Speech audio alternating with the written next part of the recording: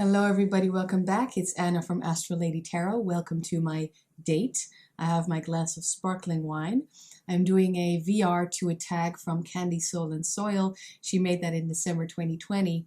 It's called Dating the Tarot 2020 and it's for all of those decks that didn't make the favorites cut. And the tag looked like so much fun, I just had to make a video. So 2020 turned out to be a successful depth year for me regarding tarot decks. I had a rule of buying only 4 new decks, and yeah, I've made that happen. It was a success, so I'm glad about that. Even one of the 4 was a second copy of a deck I already had. The reason I had this rule for myself of 4 new decks for 2020 is because I was experiencing tarot overwhelm, which I know a lot of people in the tarot community actually experience for themselves as well. It's just that I wanted to try out going in depth with the decks that I truly enjoyed, truly loved, instead of going a little bit more broader on the surface, being exposed to new imagery all the time. I felt like that didn't work for me. I first needed to have this better relationship with the decks I already had. Now, it turns out I actually bought 8 new decks in 2020, but I quickly dumped the ones I didn't feel added what I was hoping for. There wasn't really any chemistry there. Now, the last deck I got in 2020, I did include into the tag, but it's kind of a guess because we haven't dated long enough for me to really know it yet. Now, what I did, because the next part is actually recorded in December, so I keep saying this year in the next part, but it's actually, 2020. But what I did was I went full out with the dating my decks theme. So I also included a fun activity we could do on our date. Something that reflects the personality of the deck and the relationship that we have. So with that all said, here's my VR. Enjoy. Cheers.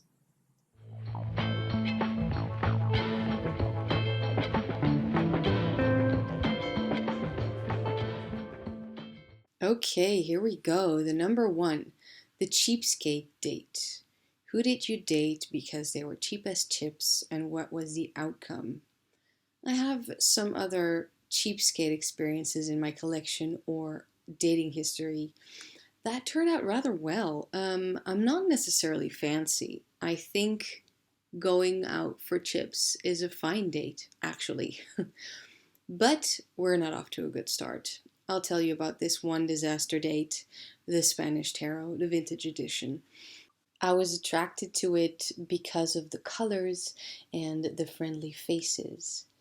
This deck actually was on my wish list, but the moment I went on a date with it, I was forced to dump it right then and there. I've never actually done this in real life, I promise, but I imagine it to be like I pretend to get an emergency phone call from a friend so that I can leave the date early. Basically, it immediately needed to go. I'm glad I was able to make someone else happy with it, though. The imagery is indeed beautiful. I'm hoping it found true love. The reason I'm asked them out in the first place is because I sometimes feel a little silly proclaiming I love Tarot de Marseille, but it's been a while now that I only own one deck that has Marseille pips, and it's a very untraditional Tarot de Marseille. It's the Triomphe de la Lune Paradoxical, which you've all seen, in case this is not the first video of mine you're watching. So I bought the Spanish Tarot. I bought it for perhaps 12 euros altogether, meaning including shipping. But what happened is I took it out of the box, I felt the cardstock, and then sold it. To sum up, my cheapskate disaster date was obviously my fault, but the reason it didn't work out is because the deck was simply too flimsy for me. Dating this deck would mean to constantly be surrounded by flowers and lemonade and bright colors and things like those and butterflies and friendly faces, and perhaps I just don't fully fit that profile. The second one, the slow burner date. The one you weren't sure about on first meeting, but over time you suspect it's turning to love. This could very well be this deck, El Gran Tarot Esoterico, but I have a video coming up about my first impressions of these cards, and or perhaps it's already, I don't know in what order I'm going to upload, but I'm going through the cards and you'll get to see my first impressions. At this point, it's still too soon to tell, but it would be cool if this deck that has cups for air and swords for water is turning to love. Now, at this point, we have just started dating, but I think dating this one needs to be super casual. We need to take things slow. I'm thinking in this scenario of perhaps one day I kind of lose my cool because I'm impatient and I look them up online and find out everything that they've ever posted or that ever has been posted about them. We'll see how this one turns out. Number 3, the blind date, because we are impulsive humans and sometimes we just rush in. Who did you date without looking or thinking? Now, I often don't check my decks out completely before I embark on an adventure with them. I do like a little mystery. The one I bought on a whim is the Mystical Tarot, which I ended up gifting to a friend. I got that deck in 2019, but like I said, I didn't even get 10 decks in 2020, so I'm modifying the rules. I can't say we really dated. It quickly became painfully obvious we weren't meant for each other, which I should have known. It just was way too impulsive. This was the typical, I'm bored, hey, this one's available, let's go do something, and turns out they are weird in a non-sexy way. I am pleased to hear my friend enjoys this deck a lot. To be honest, I think I didn't give this one a fair chance, but it also didn't really stand a chance next to my other decks, which I love. To me, this one just felt a little too awkward. Genuinely blind date vibes, I can imagine. So why keep dating if it's already so awkward? You can't seem to ever successfully start a sentence, I wasn't patient enough to find out if we could work it out, but if we did date again, I think I'd look up the most obscure, strange, bizarre art museum in Amsterdam and take them there. And there is something seriously cool about that. Number 4, the rebound date. The one you keep going to break up with, but keep being pulled back together. For me, that is the Druidcraft deck, because this is the only deck I've ever bought and sold and then rebought a new set of. This also happened in 2019. I have to, okay? This tag is just too much fun to not do, and just because I allowed myself a maximum of 4 new decks this year, it shouldn't keep me from participating. So this is a serious rebound, but although the second time around is working out, I still often feel like this deck is a kind of a guilty pleasure of some sorts. I do enjoy dating this deck because it's a great storyteller and it makes me want to visit the place they come from. I do feel this deck might slightly suffer from male gaze here and there, but it's not overpowering, and actually it turns out to have a grounding effect on me altogether. The deck, that is, not the male gaze. I want to connect more to the history of it all and the stories it has to tell. I think a nice date with this deck would be anywhere in nature, of course, but the dream date would be following ley lines across England, or stepping into the Stonehenge circle, feel the stones together, stuff like that. Maybe like walk barefoot in the grass. And I'm okay with any of those activities, so I'm saying I'm up for it. Number 5, the surprise love affair date.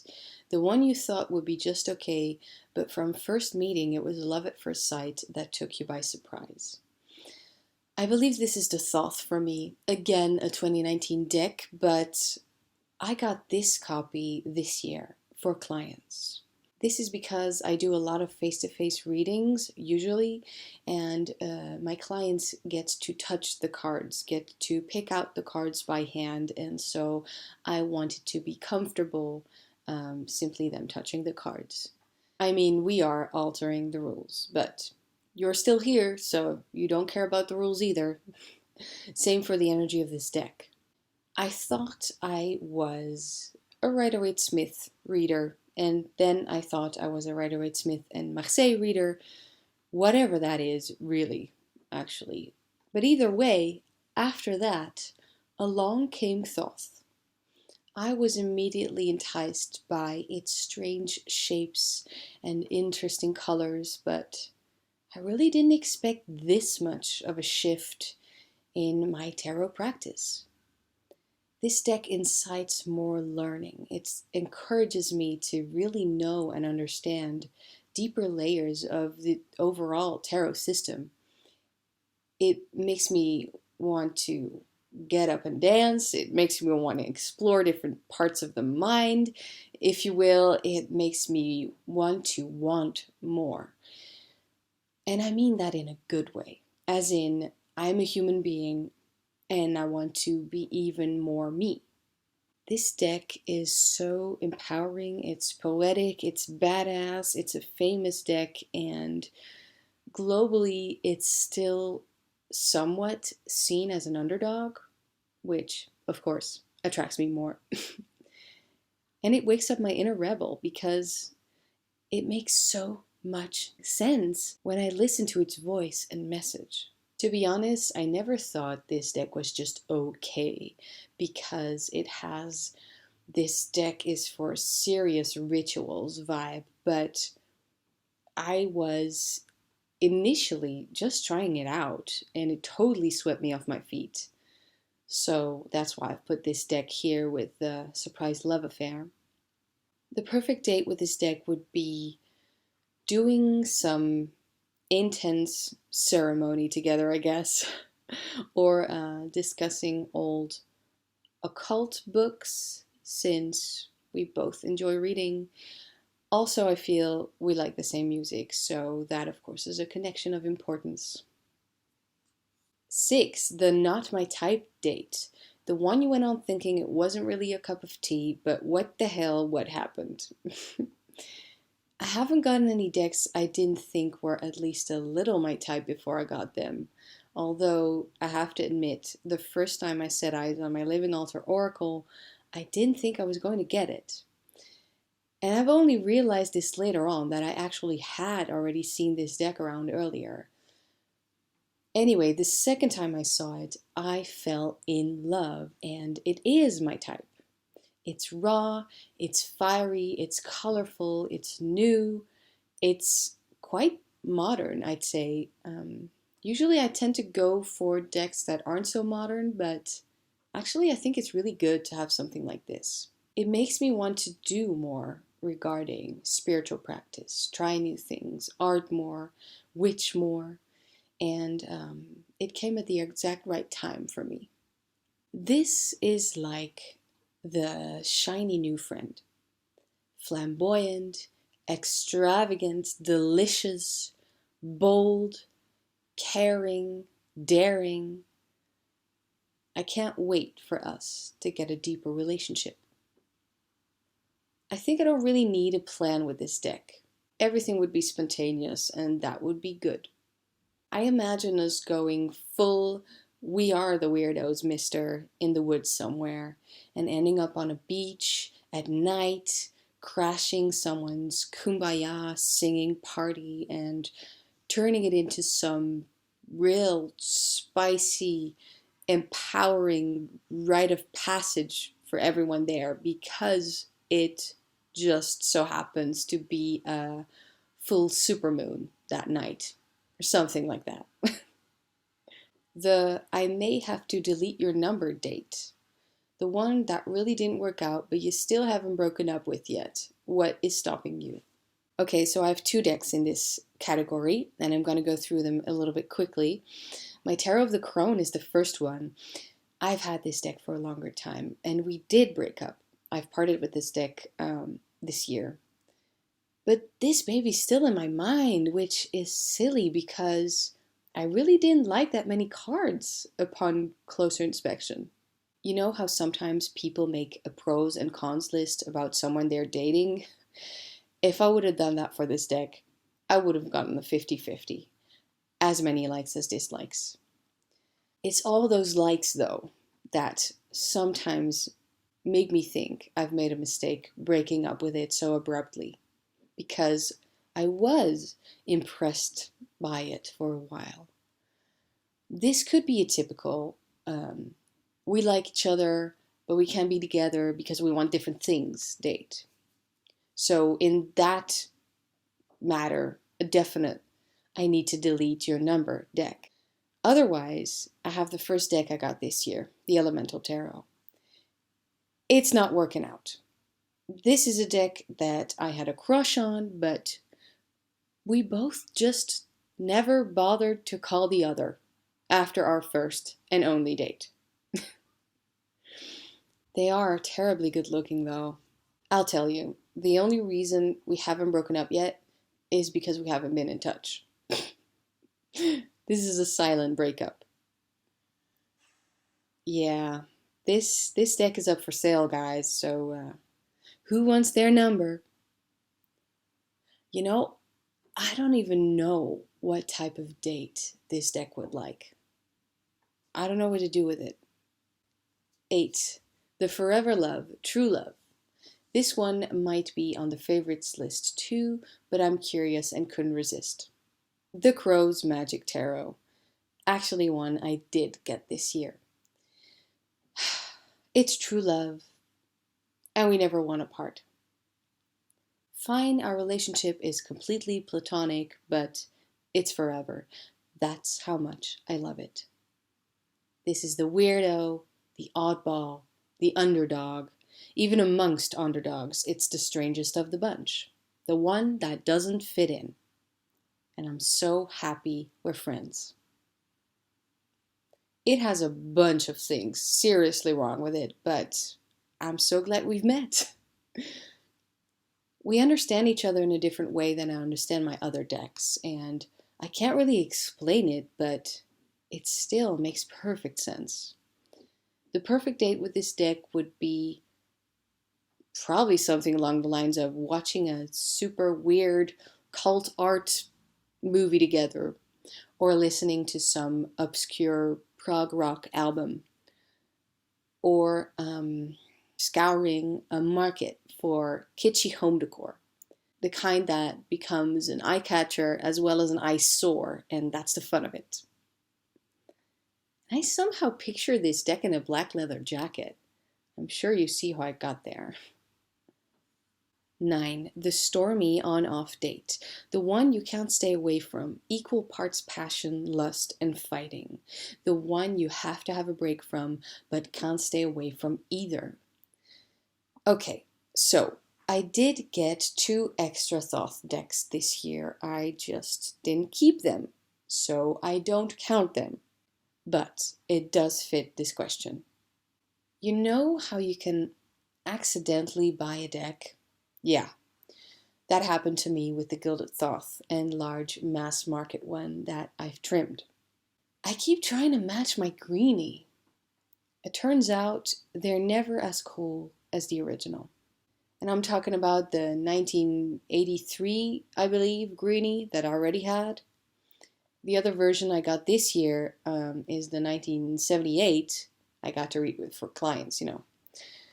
But getting other Thoth decks, I think it's really just curiosity, trying to find another one that has a slightly different feel than the one I already have and love. But yeah, I love it so much, it's just no use at this point. And I've tried. I'm thinking perhaps with Thoth, having a moment, there will be more Thoth-based decks coming out soon, and I'll be able to connect with one of those. But in the meantime, I really should just stick to my main one. I also feel a little guilty sometimes towards my other decks that Thoth is taking up so much of my time, but it is a love story, and I know it's special. Basically, what I'm saying is I've ditched the knockoffs of the original and found that I already knew the real thing. At this point in the relationship, I can tell you we are definitely holding hands, having meaningful talks, and making each other laugh as well. Last one, the friends with benefits date. Who can you run to without commitment whenever you just have a need for them? The one who always just slots right back in like you've never been apart. Well, as you know by now, I really haven't gotten enough decks in order to complete this tag, so I'm just gonna go with an all-time favorite, and that is my Rider-Waite-Smith Centennial.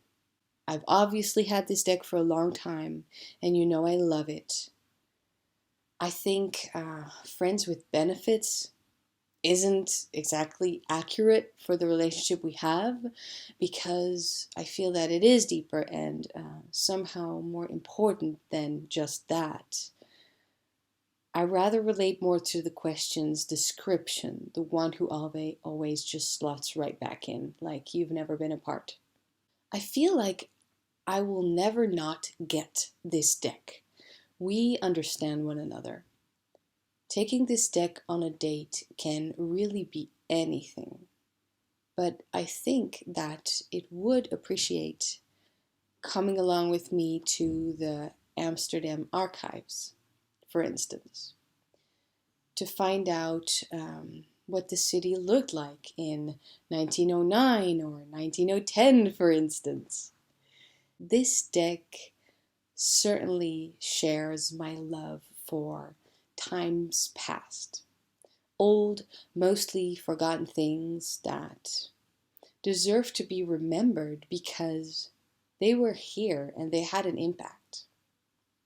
I'm picturing this deck would love to wonder about those types of things as much as I do. I think we would have a blast flipping through, maybe go a little bit earlier, like 19th century photographs and coming up with backstories for the people in the pictures. That sounds like a fun date.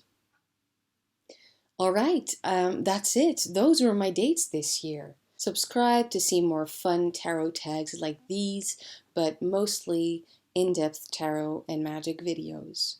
Thank you so much for being here, and I will see you in the next one.